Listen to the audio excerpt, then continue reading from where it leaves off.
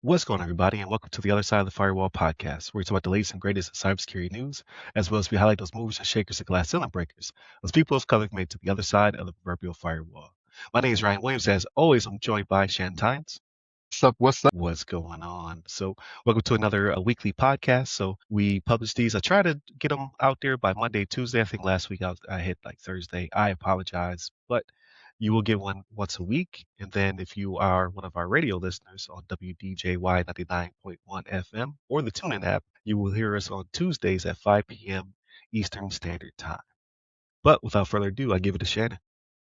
All right, everybody. So this first article comes from cybersecuritynews.com. It's written by Guru Baran, and the title of this one is Stryker Cyber Attack, Hackers Claim System Breach and Device Wipe. So this happened on March 11th, right? And so it's a medical technology company called Stryker, and they experienced a severe cyber attack, and they suspect it's Iranian-linked hackers, and they use wiper malware to permanently erase data from the network, right? So this isn't one of those things like normally when we report on these, it's usually ransomware, right? Is how it usually happens, right? They're like, hey, we got your stuff, pay us the money and we'll get it back. No, Iran is playing for keeps. They're like, we are trying to wreak havoc wherever we can.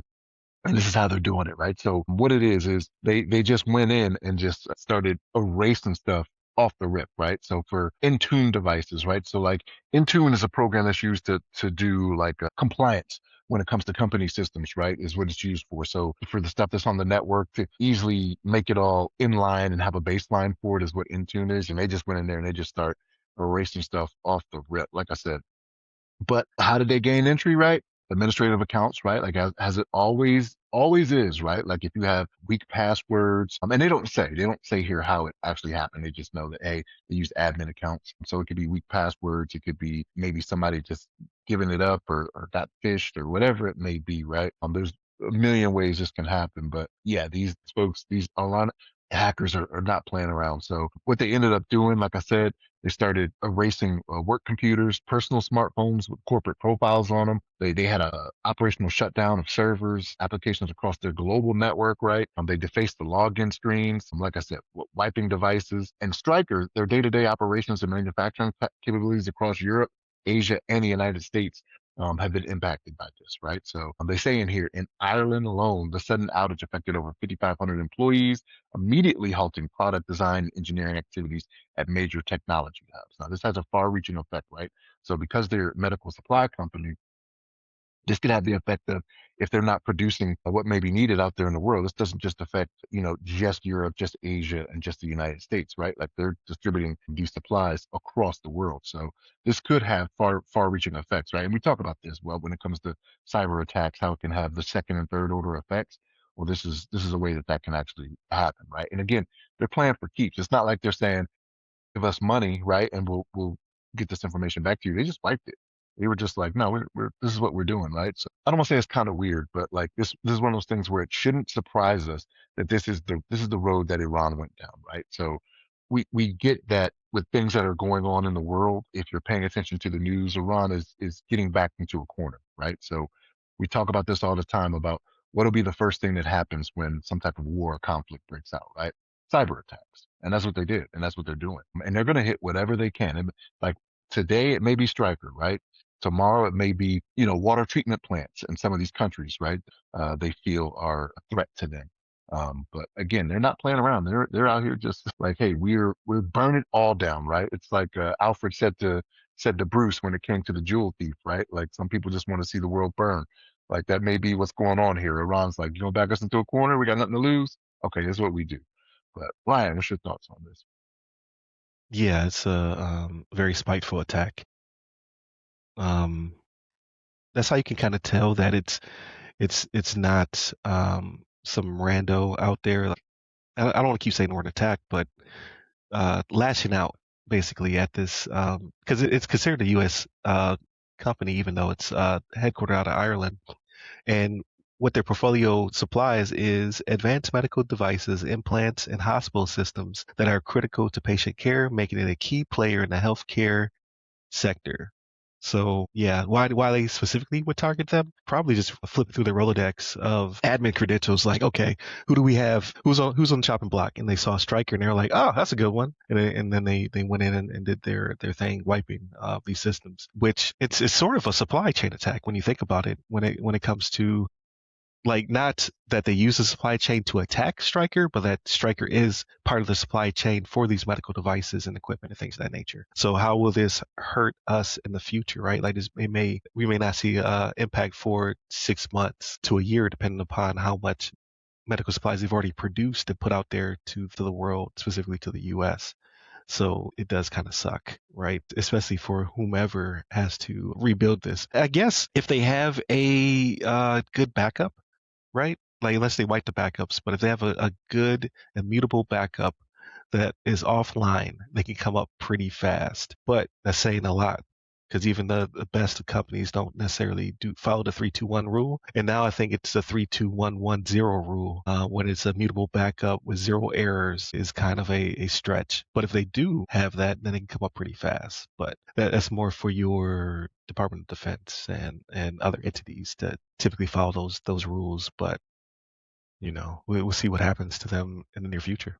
And you don't know what's happened to the hardware that's supporting all this, right? So like even though they may have been wiped, right? Like was there something done that maybe um corrupted the hardware, right? Like with some of the stuff that happens, it's not just a matter of you wiped everything and you're just like, oh, okay, rebuild it. There are some attacks that could be done to where your hardware could be, it could be shorted out, it could be just not usable again. So then you're buying equipment, right? And we know right now, right, when it comes to buying hardware, right? Oh, RAM is being yeah, used that's for true. you know what I mean? So like Yeah. it could cost them dearly. Yeah, they're calling it Ramageddon right Yeah. now. Because how expensive things. Yeah, I didn't even think about that. So yeah, if you have even in devices, right? If you have laptops and phones of that nature, and you're like, okay, we can't repair them because of whatever's been done, we need to swap them out. Yeah, it's going to cost 5 times what you paid for the first time you purchased all this gear. So yeah, that's rough. Yeah, they're playing for keeps, like you said. They're not. This is not a strike looking for money. This is spiteful. And they were on the chopping block. And I think you were on to something when you said they were looking through the Rolodex just to see what they had. Hmm. There could be other targets that seem like they would make more sense for them, but maybe they're more secured, right? So they were like, let's just try to create chaos wherever we can, right? And they kind of struck hard on one, right? Like they Right. may not even have thought about the second and third order effects like we're talking about how it could slow down the chain of delivery or what may be available when it comes to hospital medical supplies or devices, things of that nature. So, but they're like, okay, this is one that we can get right now. Let's do this, make it happen. Right. Right. So I expected to see, unfortunately, I expect to see more of this. Like, people are more worried about the financial sector and the Department of Defense when it comes to these attacks. But whatever's on the chopping block, they're like, okay, we have these credentials, so let's just roll with it, see what happens. So again, very much a spiteful attack, and hopefully they do have some really good backups, mutable backups that they can come up off of, or whomever gets attacked in the future. Again, the vector being Intune is kind of surprising, but not, because Intune is very much everywhere. Like I haven't worked for a company outside of the Department of Defense that doesn't use it. When it comes to baselining their gear and provisioning devices and things of that nature. Scary, scary stuff. Yes, sir. But without further ado, I give it to you, Shannon, for topic number two. All right, everybody. So this one comes from the Chicago Sun-Times. It's written by Frank Main and Tom Schuber. And the title of this one is Chicago cybersecurity firm employees brokered 75 million in ransom after orchestrating hacks, Feds say, right? So it was three people actually, but Angelo Martino is the one that's the big name here. He worked for a Chicago-based digital mint. And what he did was he negotiated for companies hit by ransomware attacks.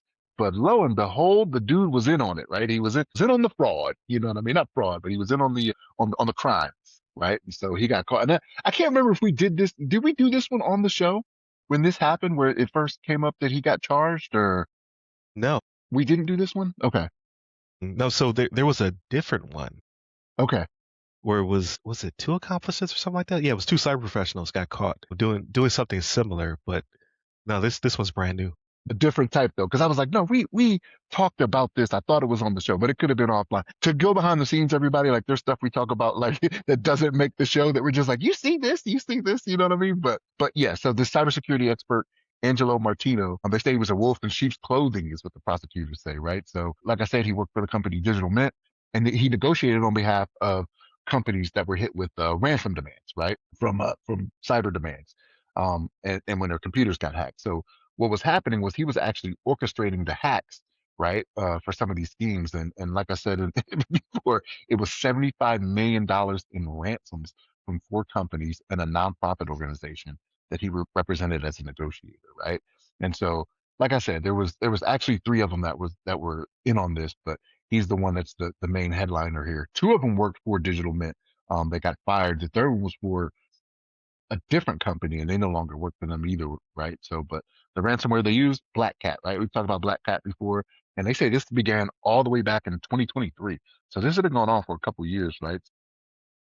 And so one of the guys, his name was Goldberg. He told the FBI agents he got involved to get out of debt, right, according to court records, right? And so it's one of those things where you know almost always when it's financially motivated, it's somebody that's having money problems, right? And you don't want to you don't want to be, and this is why when it comes to getting clearances and working in the Department of Defense, this is why this is one of the things they look at, right? They look at to see how leveraged you are, how much debt you have, bankruptcies you filed for, um, things of that nature. And sometimes, and I'll tell you, sometimes it's just you can't help some situations, right? Like with the housing crisis, right? With people having to short sale their homes and stuff like that. Like I fell up in that, right? Like I had purchased a home, and got orders not too long after I was in the home, and then all of a sudden it's like, all right, I can't sell it for what I just bought it for. When Uncle Sam told me I had to go somewhere else, just things like that. Now, just be honest about it, and you'll be fine, right? And it was one of those things where, in that instance, they were just like, "Yep, we understand. You're not the only one." I was like, "Cool," because I was worried. I was like, "Am I gonna lose my clearance because of this?" You know what I mean? But lesson learned, right? Like pay better attention to the markets and what's going on out there to know you should be doing. But neither here nor there. So this guy Martino and his associates, they hacked into victims' computer networks. Like I said, they were using the AlphaV Black Cat, and that's been used in a bunch of attacks around the world. It's very popular when it comes to cyber. What am I trying to say here? Like cyber attacks. Trying to do something more elegant than that, but cyber attacks around the world. But yeah, so when they were telling the people, hey, you need to negotiate, because that's what they were doing. Like these attacks would happen, the companies would go to their to Digital Mint and be like, hey, what are we supposed to do here? They're like, yeah, we suggest you go ahead and give them the money, right? So that you can get what you need back, right? And this is why on this show, and Ryan is very very big on this too. Do not pay the ransom, right? It's like feeding stray cats; they'll keep coming back, right? Um, this is what they're getting caught up for, and this is the Justice Department, right, that formed the company of the allegations back in April 2025. So this was a big deal. This is not like a civil thing. Like this is Department of Justice was in on this. Like, hey, that's a lot of money to be taken from people, and we're gonna make sure that you're gonna suffer for it, right? You're gonna be punished appropriately. But yeah, these guys were out here trying to pretend like they were the saviors, right? They're like hero arsonists, right? They're out here setting the fire and then putting it out, right? The first ones on the scene Exactly.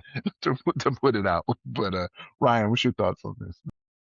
Yeah, it's pretty crazy. So the more we talked about this, the more I'm like, yeah, we did talk about this, but from a very high level.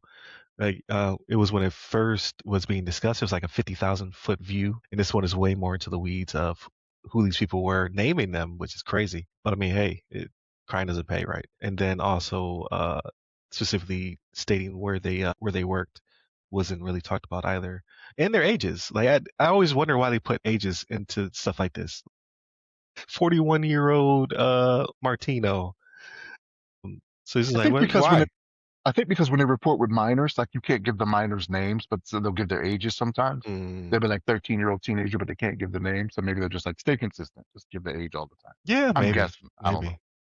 But like they, what's crazy though is like they must have been doing this for a long time, or ransomware negotiations pay very well. I don't know. It's like I'm gonna have to look into this. This is a very blind spot for me. I had said in the past I wanted to talk to a ransomware negotiator because they seized Martino's Florida properties with an S, properties and vehicles and more for more than 9 million, or I'm sorry, and more than 9 million in cryptocurrency. So the cryptocurrency probably shady, but this guy had multiple properties and vehicles with an S. So he was getting paid. Like now, whether that was, I'm sure some of that was his side hustle, but um, you can't look too conspicuous when you're doing stuff like this. You can't just be like, oh yeah, I got a Bugatti now, right? So he must have been being paid pretty well beforehand.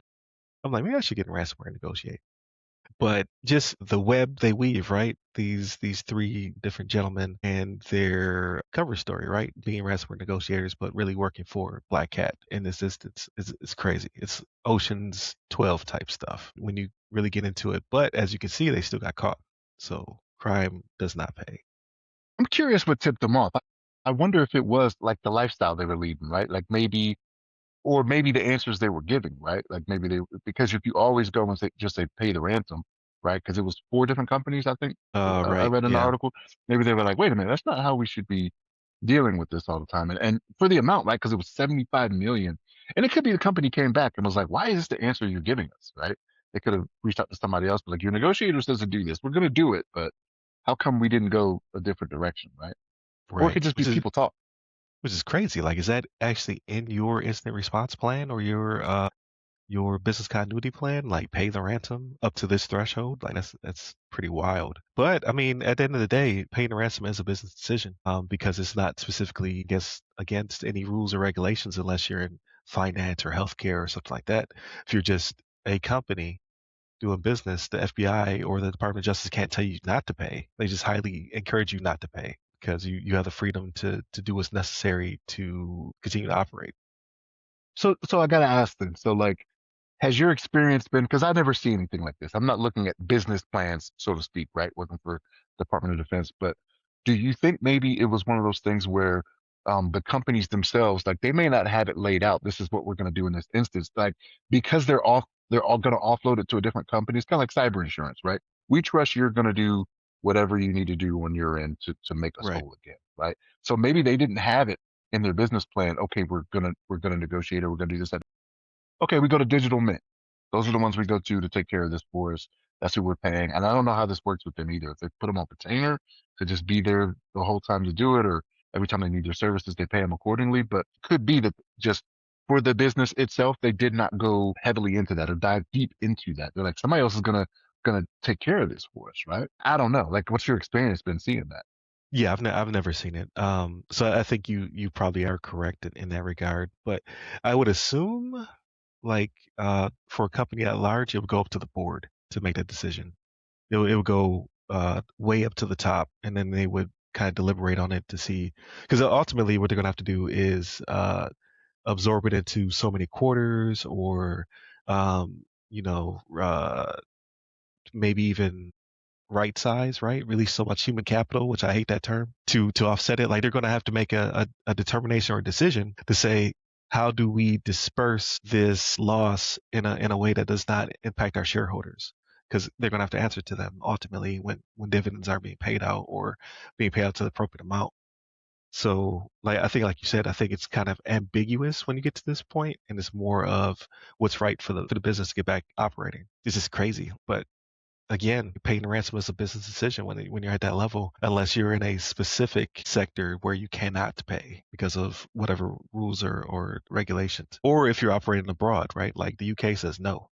So if you're not a US company, then you probably cannot pay.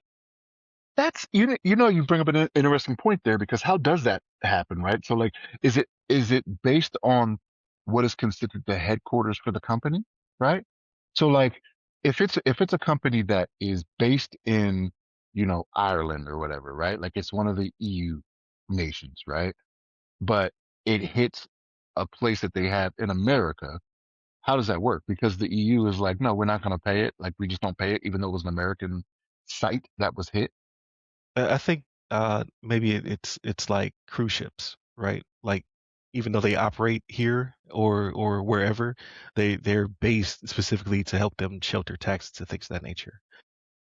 So I would suspect that a U.S. company, even though like the one that was operating out of Greenland, or not Greenland, I'm sorry, Ireland, that we just discussed, is still a U.S. based company, probably because the taxes are cheaper here.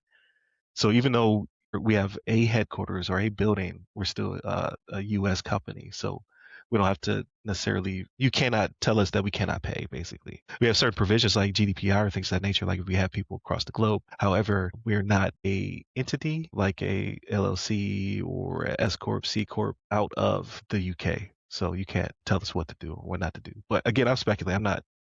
You gotta ask a lawyer. Yeah, get one of those CEOs to come on, man. That's all you gotta do. Get one Yeah. of them CEOs to come on the show. Be like, tell us Or how you this need works. Esquire at the end of your name, That's true. right? But no, that is just I'm curious about that because like especially when it comes to the EU, they're very forward leaning on this stuff to where it's like we're not gonna feed the stray cats. We're gonna go this route. We're gonna do this. And even when it comes to privacy, I think they are ahead of the US when it comes to that type of stuff and what should be made known to the users, right? Because you've said it before on the show, right? Like the people are the capital. You know what I mean? Like that is what it is. It's not like they're going in there and they're just doing it for the money, right? They're like, give us the information on these people because they can be one of those things where it's long stay, like it's the long game, so to speak, right? Like not just getting that quick, you know, $1 million or whatever it may be. You could bleed a bunch of people dry because they are the capital. But no, that's an interesting take on it. Yeah, I'm curious how that would happen. But yeah, these three guys, yeah, they're gonna go to jail. Like if you got the Department of But yeah, Justice, in on this, like they've taken their time. They're not doing it just to have you do community service and then orange vest on the side of the road. You know what I mean? That ain't what they're right. doing there. And I'm not trying to go to prison at 41. Yeah, Man, that's you do 20 years and you done. To come back out at 60 something? and the thing is, because he was working in cyber too, right? Like it's a lucrative field. So like you've already now you've blacklisted your name, right? So even let's say he doesn't get a lot of time, or they don't get a lot of time. Let's say it's like 7 years or something like that. Still not 50, but with all the skills you've accrued up to that point, like you Hmm. can't do anything with them. Like what do you do after that? You know what I mean? You've spent time and money and effort working for this digital mint company, right? And I can't remember the name of Right. the second one that was in there. And like that is of no use to you. Like who wants to start over at almost 50? Maybe come back as a consultant, not to somebody like this is how like now you're counter ransomware negotiator. Yeah, but the ones that usually do that, they end up working for the government, right? Yeah, Like typically. it's like the catch me if you can guy, right? He's like, yeah, I'm gonna work for the banks to show you how to better catch, these counterfeiters or whatever it may be, right? Like, I don't know. Like, I can't see this being worth it. And maybe he thought it was, right? Like, maybe because he got to live the good life for a little bit, right? Like his properties, plural, right? In Florida and his 9 million in cryptocurrency, he might have been living a good life and was like, yeah, it was worth it, you know? I wouldn't think it was worth it, right? But and you don't know his family life. Like at 41, he could have a wife, children, you know what I mean? Like, just the age where he could start to, one of those kids is coming close to going to college or whatever, right? Now that's ruined. You know what I'm saying? So College yeah, for you, yeah. kid. I don't know, man. Like it doesn't seem the juice doesn't seem worth the squeeze, like to me. But I don't know. Maybe it's because I don't have $9 million in crypto, so Yeah, maybe. I don't know. I didn't get in on the craze when it first started, right? So I'm not there. Yeah, no doubt. But for those who are listening or watching, please to like, share, subscribe, all that good stuff. I can't stress enough that definitely does help us out. Leave comments or feedback as well. We love to see it. And then again, you can check us out on WDJY 99.1 FM in the Atlanta metro area, 5 p.m. or the TuneIn app worldwide. But without further ado, Shannon, I give to you for our discussion. All right, everybody. This one comes from the BBC.com. It's written by Joe Tidy. And the title of this one is What Role Has Cyber Warfare Played in Iran? Right. So we've talked about this, right? So when it comes to military encounters, we've talked about this for years now. We've seen it happen in reality that cyber warfare is what's gonna pop off first, right? So and we're seeing that now when it comes to Iran, right? Like we've already talked about an article this when we talked about the Stryker cyber attack, right? Cyber security is going to be the first thing to happen. Like we saw it with Russia and Ukraine. We've seen it with Venezuela. We are seeing this whenever there was any type of military force that is going to happen before any missiles, drones, tanks, ships move or anything like that. It is going to be the cyber landscape that's where everything is going to pop off. And this is what they talk about, right? And so, especially when it comes to a situation where You have a country that thinks that they may not be as formidable when it comes to conventional warfare, right? Like this is easy to, let me not say easy to do. It is easier to do in that computers are, you can find computers everywhere, like in your hand, right? Your phone is a computer. You know what I mean? Like they putting they putting all types of technology everywhere. They're putting it in fridges. They're putting it in washing machines, dryers. You know what I mean? So the fact that cyber warfare is the big thing that is going to be the start of the military incursions. Not really a surprise to me, right? And so you have these Iranian hackers, like they're not even hiding it, like they're doing stuff, and they're like, "Yep, that was us, right? So we did that, right? We did Stryker, right? We're the ones that are gonna make it hard for you to continue down this road." And again, so because it has the military involved, I envision there will be more to come, right? There may be some DDoSes in the future, right? To where you'll have sites that may not be able to operate like they need to. And it may not be like the Pentagon, right? Like I'm not saying the Pentagon's gonna get DDoS, but it could be public sites for the State Department or government agencies or things of that nature. That is the world we live in now, to where it is definitely going to be more prominent. And again, it's not just Iran right now, right? Like we've seen it with other places. Even if you're not in a military action with a different country or anything like that, we're seeing it all the time with your Russias, your North Koreas, your Chinas. You know what I mean? They call it in this article, they call it prepositioning for war, right? And I'm like, that's kind of a good way to phrase it, right? Like you do this first, let them figure out what they're gonna do, trying to get, sites back up or whatever it may be, and then you start hitting them with other things, right? But they have target sets for this, right? So like, okay, we wanna hit this to get the focus off of them trying to move ships out to aircraft carriers out to whatever place they need to go to or whatever it may be, right? But computer networks, because we rely so much on technology, it only makes sense that this is going to be the first strike capability that you're seeing out there across the board. And again, it doesn't necessarily have to be military action, but I can almost guarantee, 100% certainty, any military action you will see in the future, there will be a cyber attack that happens before it, right? So yeah, this is the way of the world right now. Like you can just bank on cyber warfare being a big player going forward with any type of incursion. And even, like I said, not even in the military action, right? Just a way to profit. You know what I mean? Like you got these countries that you'll have intellectual property theft. You know what I mean? And this is how they make money even. Like if they want to do more things, they're like, hey, we're building the same type of plane as Boeing or whatever out here. But cyber warfare is it's the way of the future, y'all. Like it's what it is. Like we need to get used to it.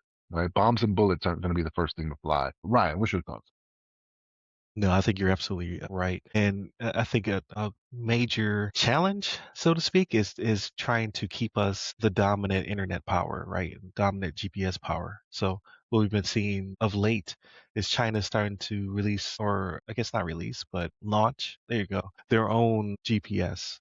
They don't have as many constellations as we do have up there. There's a lot of junk in space on top of a lot of active satellites. Thank you, Starlink. Every day it feels like there's a launch here from Florida to push out another 100 um, satellites from Starlink. China's, I know India's starting to launch some satellites up there as well.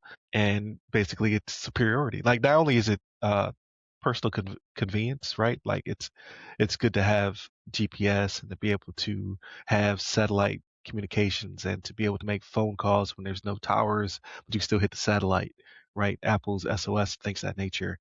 But all of that is due to military. Just like in the past, roads were built by governments in order to transport goods and services and troops. The same thing is happening in space when it comes to launching satellites or building out new fiber cables and things of that nature. Like the people get the benefit of having more convenience, but ultimately it's because your military is trying to uh, broaden either their current dominance or trying to add new lanes or new means of communicating. Well, we own most of the nodes, right? Thanks to DARPA. We own most of the equipment thanks to U.S. companies like Cisco and what have you. And then we try to block other nations from doing the same when it comes to listing their equipment as being supply chain issues, like your Huawei's, things of that nature, right? We're trying to keep our dominance so that way, if we have to, in the case of Venezuela, right, shut off their lights, their communication, things of that nature, we have the ability to do so. And the same thing is going to be the case when it comes to the Middle East and what have you. That's why I believe Iran was also targeting data centers and things of that nature, right? Like not only just to create havoc, but also because they're US owned entities, right? Your AWS, things of that nature.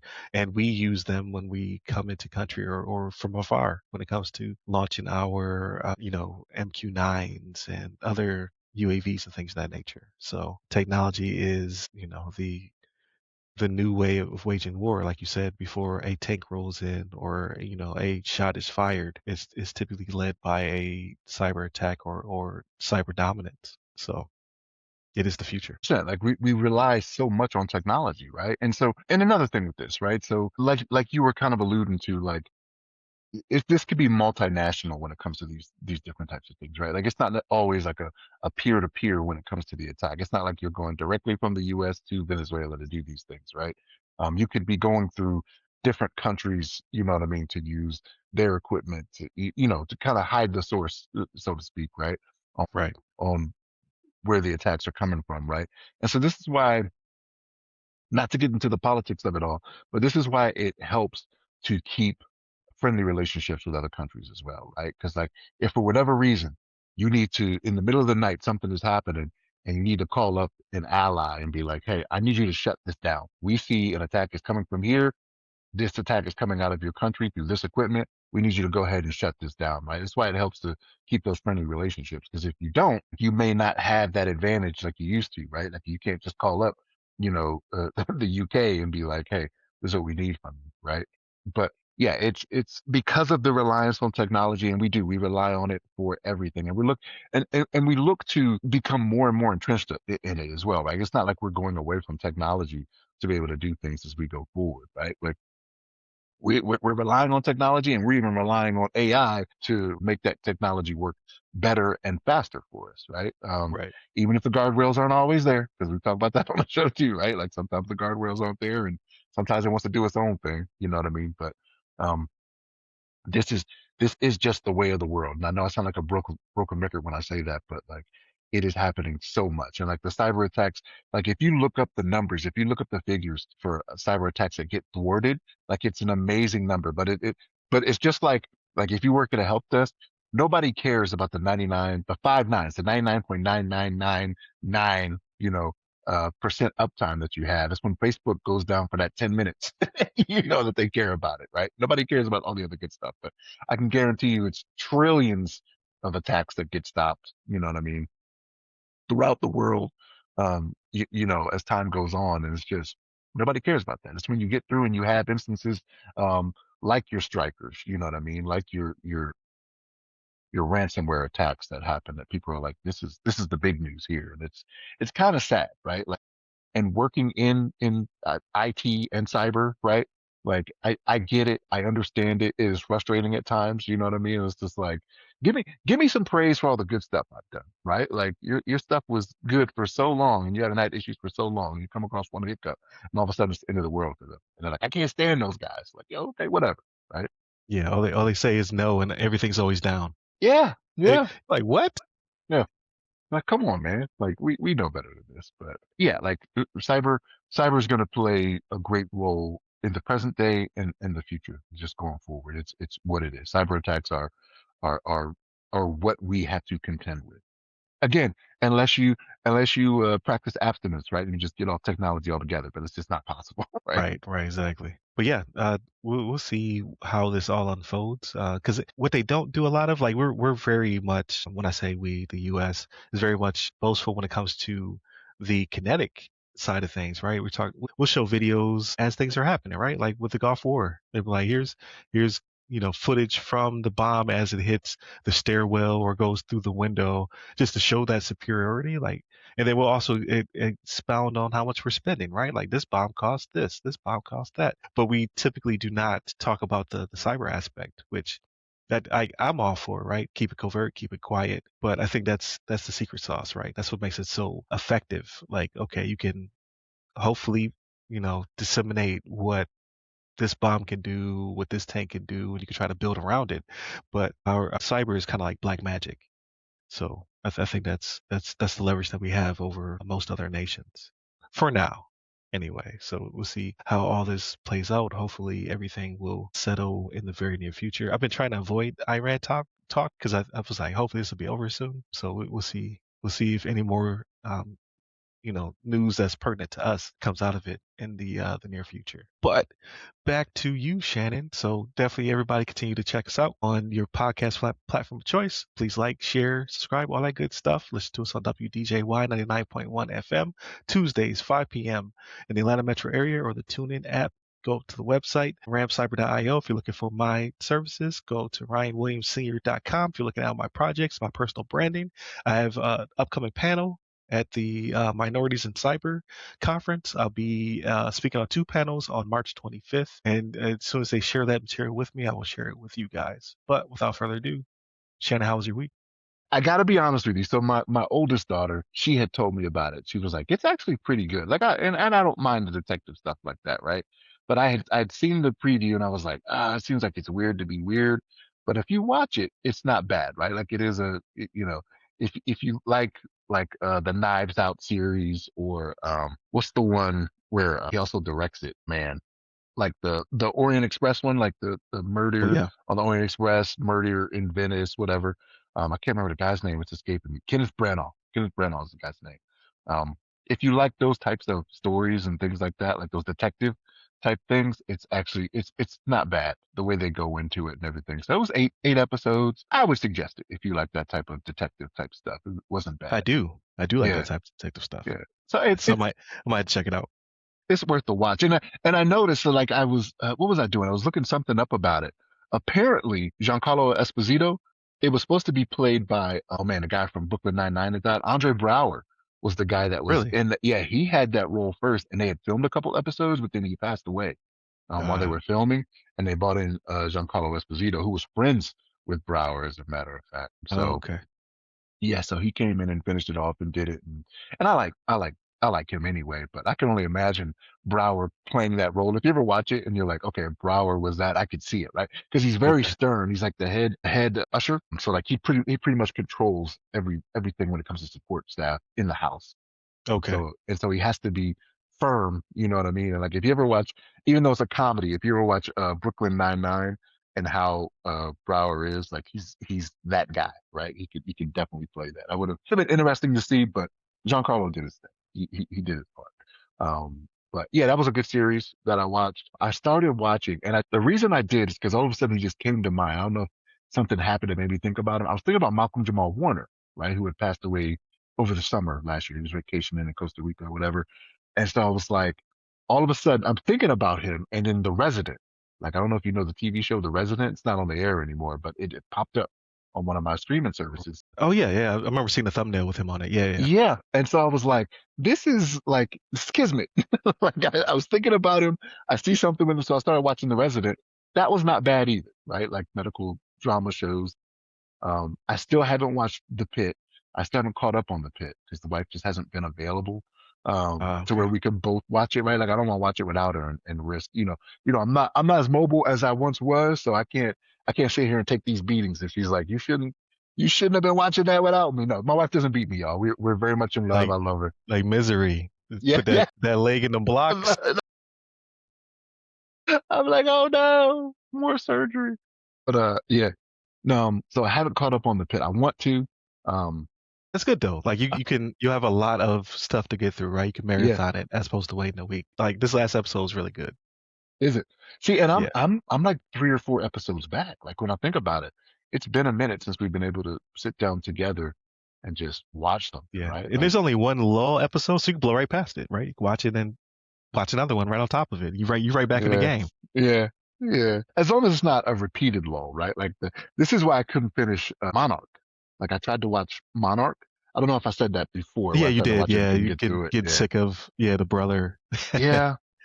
No, I so don't it's not know. like that. It's No, just it was just an hour that wasn't nuts, right? Because like every hour something like crazy happens. Like this was an hour that they're pretty much catching up with people. It wasn't, just straight anarchy. But they're back to it, which I enjoy. and what's crazy is that may come into play later, and or maybe they just did take a break there, right? We got writer's block for an episode, right? But it may Yeah, be one or of those just things where realism, right? Like y'all can't.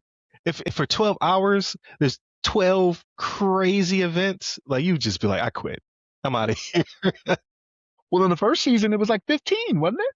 Because remember Yeah, they went past their shift because of the mass casualty right, event, right, right? exactly. Yeah, So yeah, so maybe it is, Brian. I don't know, man. Like I'm not in the field, right? Like you're gonna have a family member that's in the field that may tell you, oh yeah, it's like right. that. You know what I Yeah. mean? Well, I So mean, it's the 4th of July on the show, like timeline wise. yeah, So like like I mean, two episodes left. It might be like, and the county fair exploded. yeah, yeah, yeah. Like what? So we'll see. But no, I gotta get back into that. I'll see if I can catch some time with the wife, and she's busy. There's just stuff around the house. Like I said, I'm not as mobile as I once was. I can't help with as much as I used to. So she's been busy doing a bunch of stuff. I'm gonna owe her so much. You know what I mean? Like I don't know. She might be in line for a new car or something. I don't know. We'll see. Got to make sure, man. Like you I ever see the know. Tyler Perry joint where the husband was wheelchair bound and she threw him in the tub? It's a meme. No. He was doing her wrong, and then she finally had leverage, right? He was just a bad man, right? Like Tyler Perry's characters be like over the top. He was bad, and then she was willing him to the I forget what she was willing him like to the bathroom or whatever, and then she's just like, Was it? it's hilarious. What movie is it from? Is it the one with Jill What? Scott? I think so. I think it's that one. Like, why did I get married or whatever? Yeah, something Yeah, I like think it's that. that one. Yeah, yeah. I think I may have seen it. I don't remember the meme or whatever, but I think as you're going through it, I'm like, I think I remember seeing that scene or whatever. Yes. No, I'm hoping I'm not Hilarious. there. I'm hoping I'm not there. First off, I'm not in a wheelchair. I'm somewhat mobile, right? But like, I still need some crutches. Uh, yeah, that's wild. No, I don't think I'm doing it that wrong. Yeah, that's wild. What else did I partake of? So I started watching The Resident, Abbott Elementary. I got caught up on Abbott Elementary. It seems like they're running towards a conclusion for that. They're 5 seasons in, right? 5 seasons is a good run. We'll see, like the way it started out and how it is right now. There's only so much you can do. Like I've come to the conclusion that network television, like 5 seasons is probably a good time to wrap it up. And you have some that go longer, right? I get it. I understand Right. it. But like at five, you're kind of like, what can you do different? You know what I mean?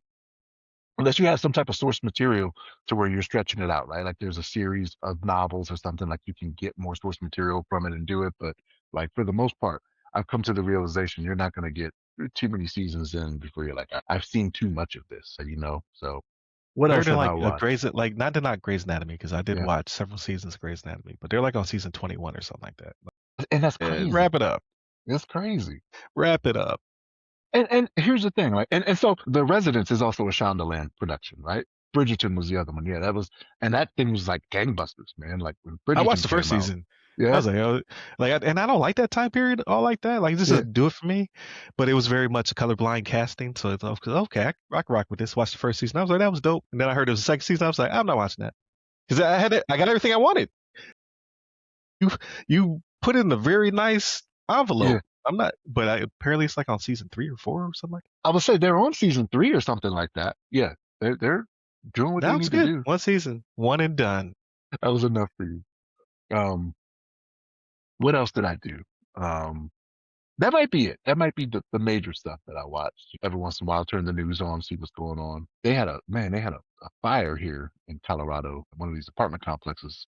And I was just like, my wife was showing me the footage of it. I was like, ooh, I was like, I know where that is. And like, and this is one of those things, right? Like, so I grew up in an apartment, right? And it was something I always thought about.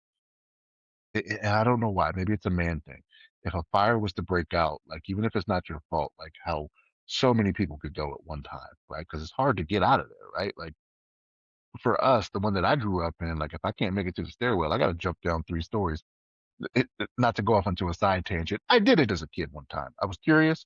We were 3 stories up. I was like, can I jump from here and be good? And I did it, and I survived it. You know what I mean? Didn't break anything, but it was just Yeah, like, but you you had knees yeah, yeah, for yeah, days as a kid. Man, you could have shattered your legs. yeah, yeah.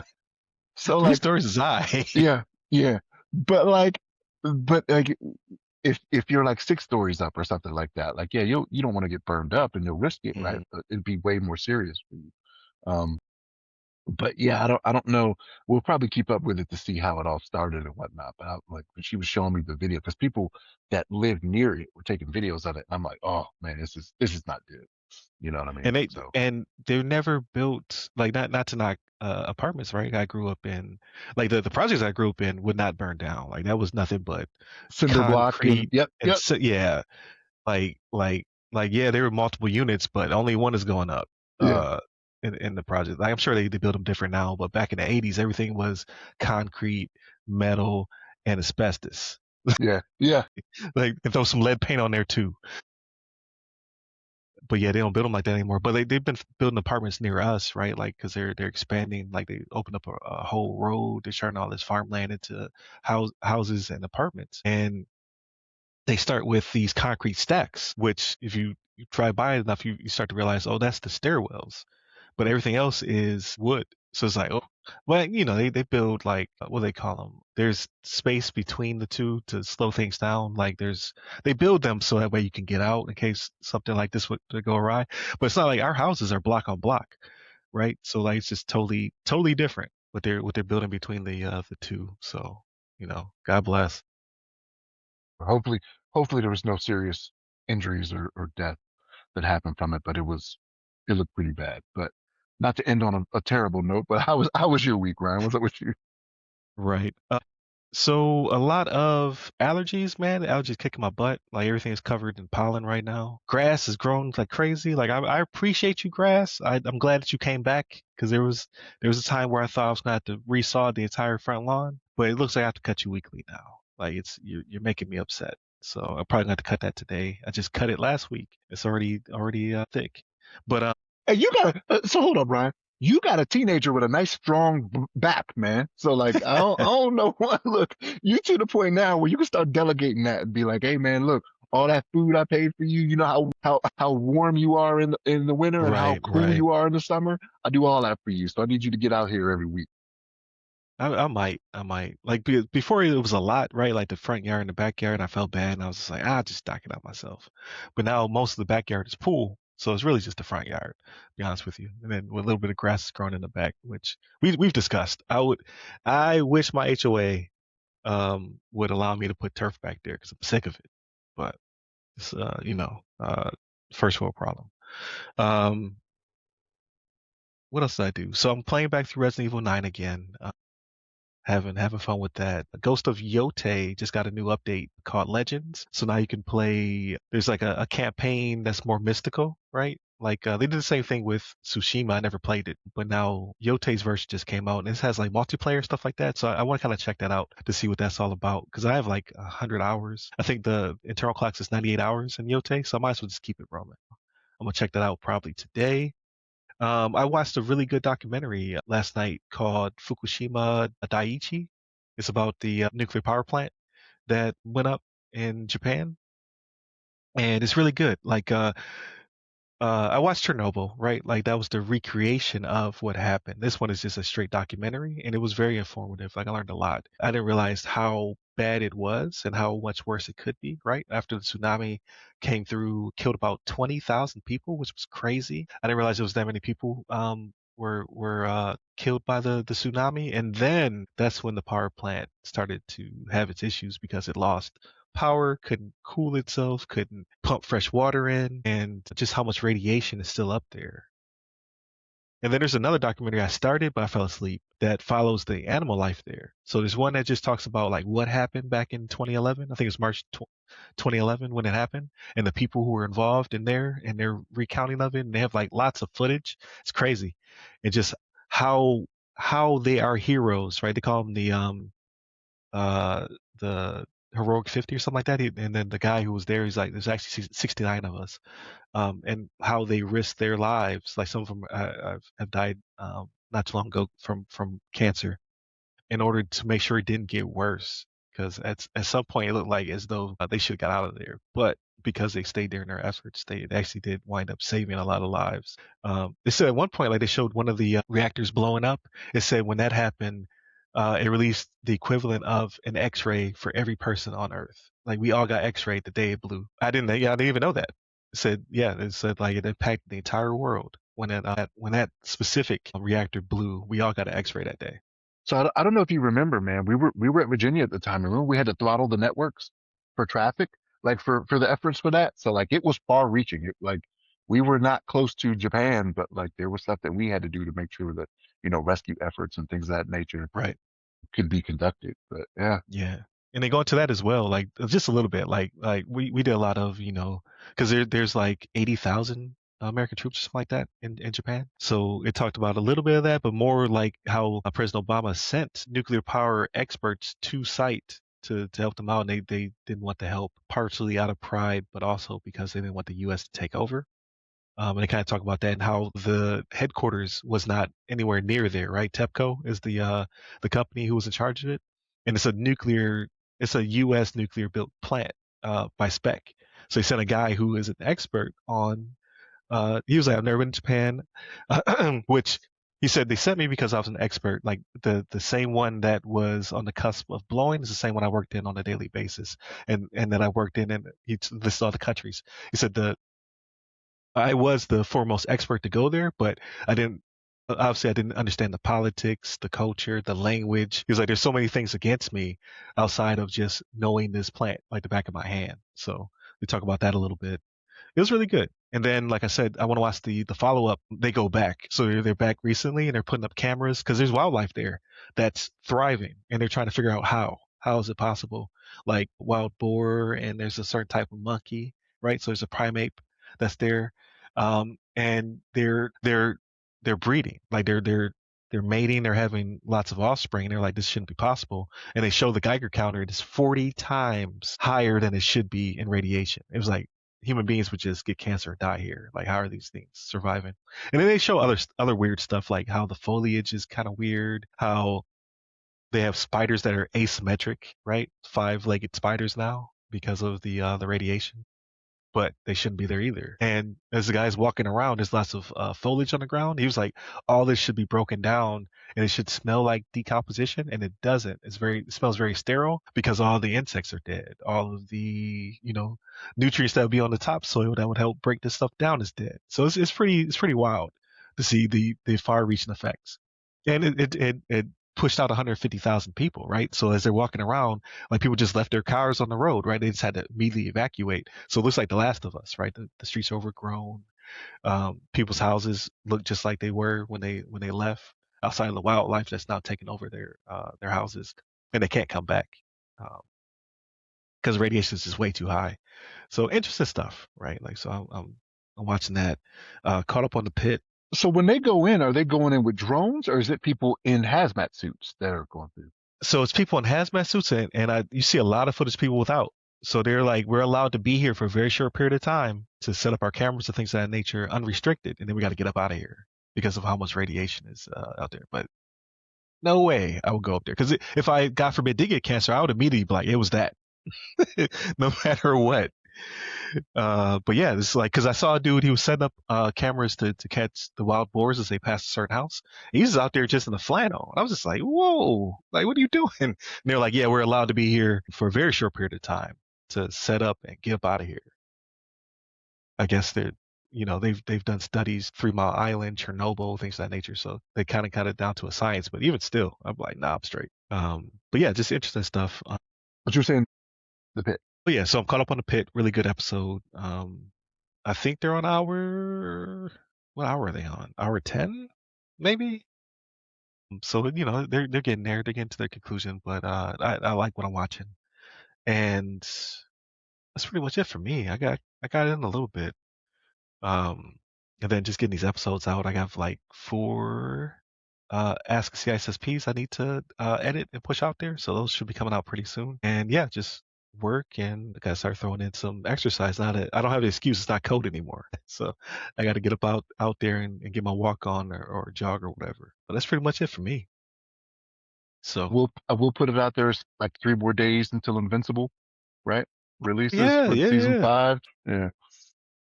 Yeah, they talked about that, but again, they always drop because it's on Prime. They usually drop the first 2 episodes, so at least you get a back to back on that one. But then after that, you're back to weekly. So it kind of is what it is. But thank you all for tuning in and for listening to these two old men rant about things. Definitely continue to check us out on all your podcast platforms of choice. Make sure you like, share, subscribe. You can find us on YouTube as well. And now we're video on Spotify also. So video on YouTube, video on Spotify, then audio everywhere else. Hit up all the websites that go by our name. You can find me pretty much everywhere at RyRy Security Guy. That's RYRY Security Guy. On LinkedIn is where I'm most active, but definitely check out the other side of the firewall.com to pick up the guide, ramcyber.io to look at my cyber services, and ryanwilliamssenior.com to check out all of my projects and personally branded stuff. Stay safe, stay secure.